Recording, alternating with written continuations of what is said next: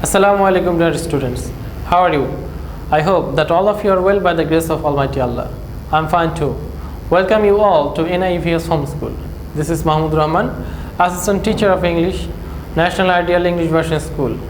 Today I'm going to take a Bangladesh and Global Studies class for the students of class 9.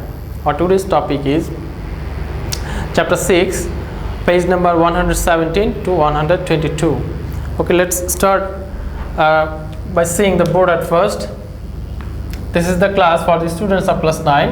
Our today's subject is Bangladesh and Global Studies.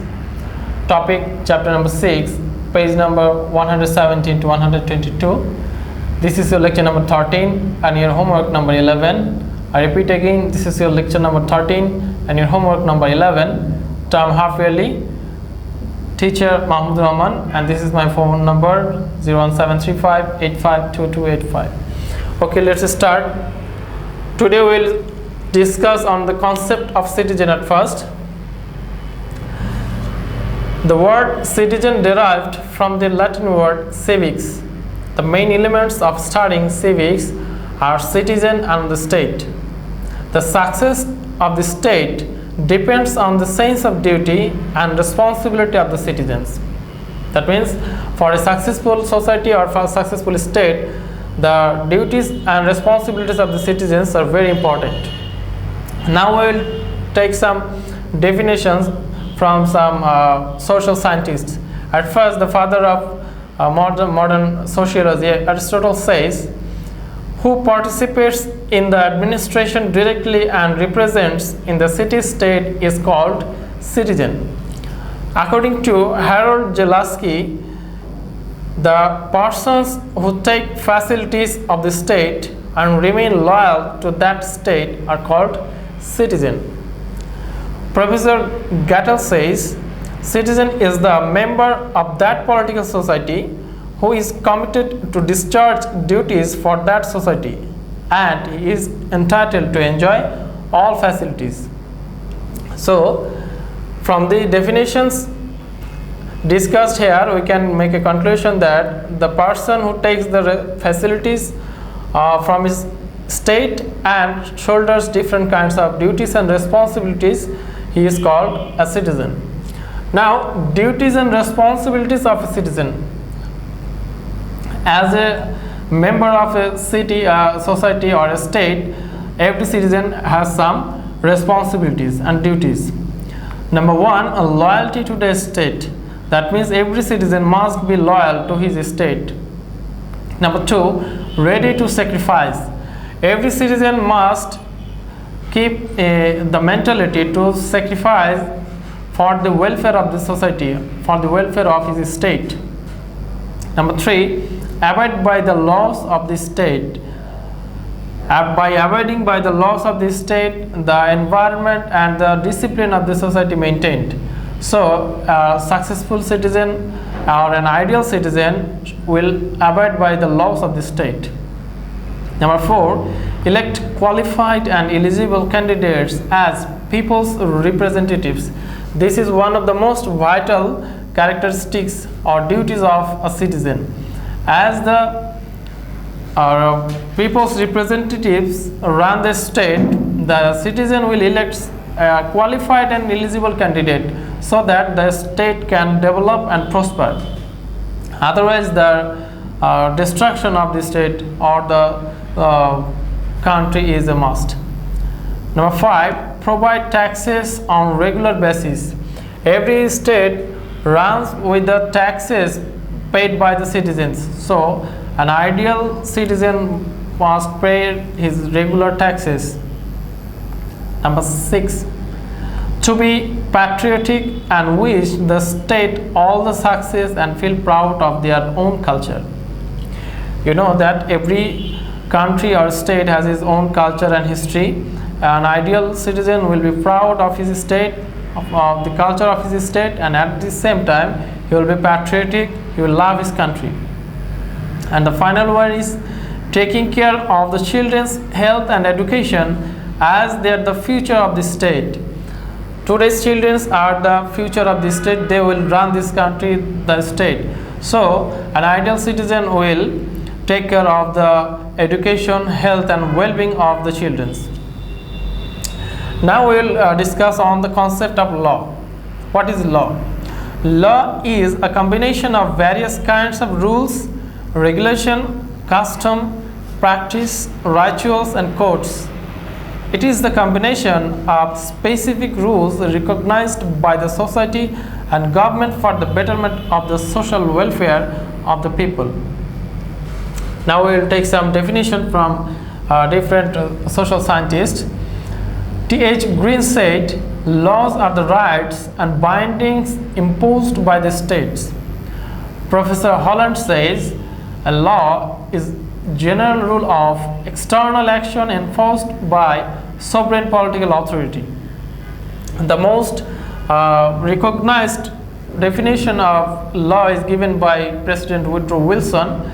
He said, law is that portion of the established habit and thought of mankind which has gained distinct and formal recognition in the shape of uniform rules backed by the authority and power of the government.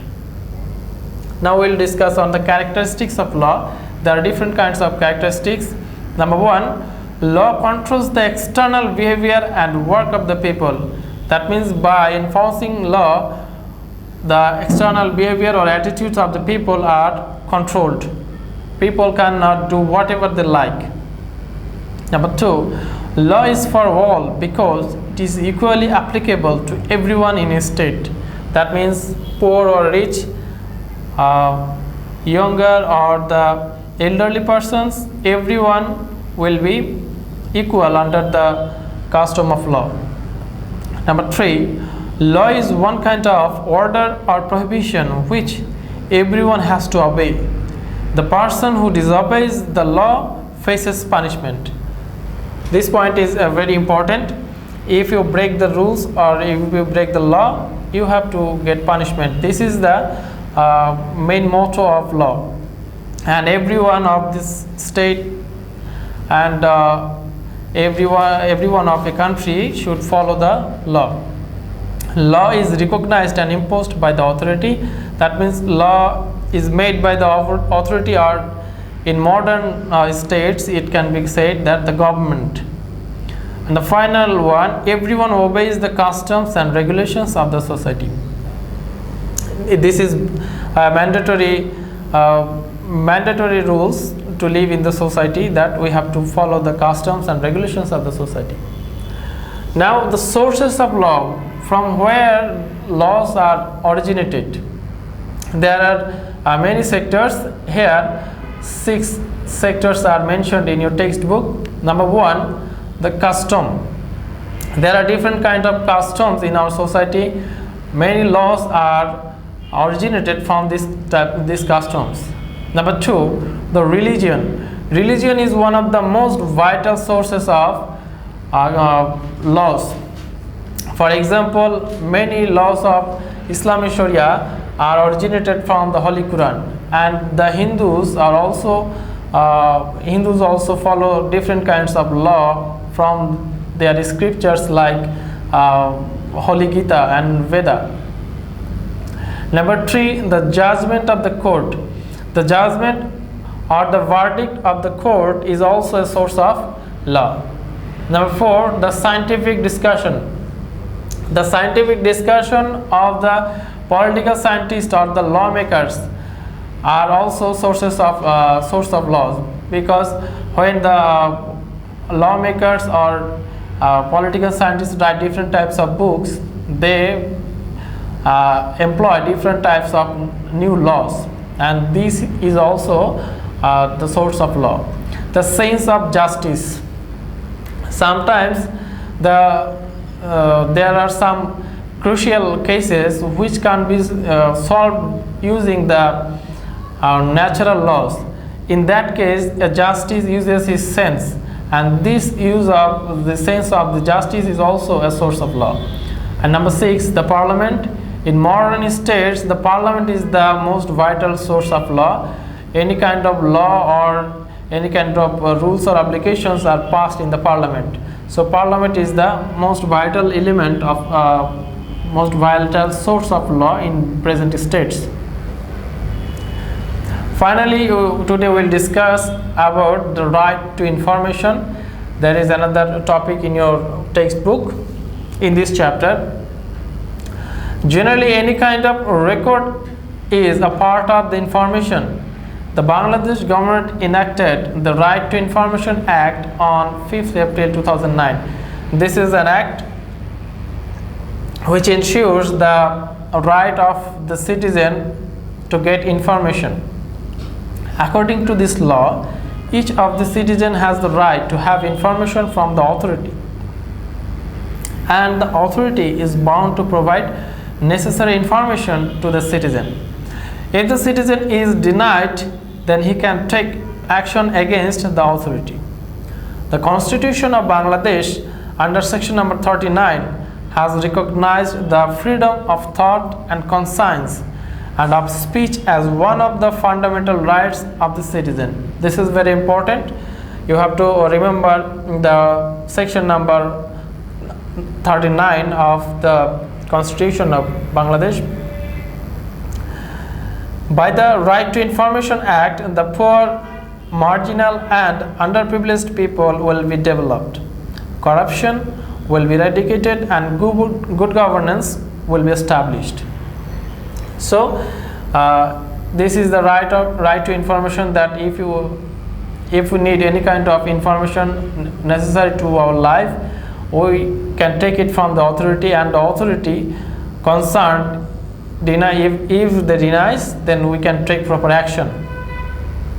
So this is the discussion for today's class.